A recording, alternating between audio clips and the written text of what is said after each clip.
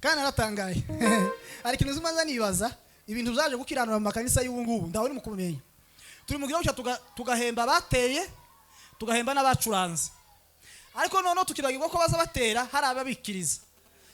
abatera bagahembwa abikiriza ntibahembwe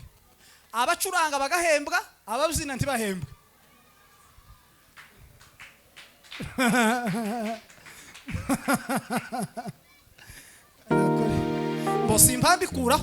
simpambikuraho ariko mubizigeho neza umuntu ateye agahembwa uwikirije ntahembwe noneho abikiriza akavuga ngo tuzosura kwikiriza kuko uzutera azahembwa twebwe ntiduhembwe ababyina bakigumura akavuga ati tuzoza tubyina abacuranga bahembwa ngo baducurangire twebwe tubyine dutahe tudahembwe azoza acuranga wenyine yibizinire wenyine azoza atera yikirize yibekinge wenyine ako mugwe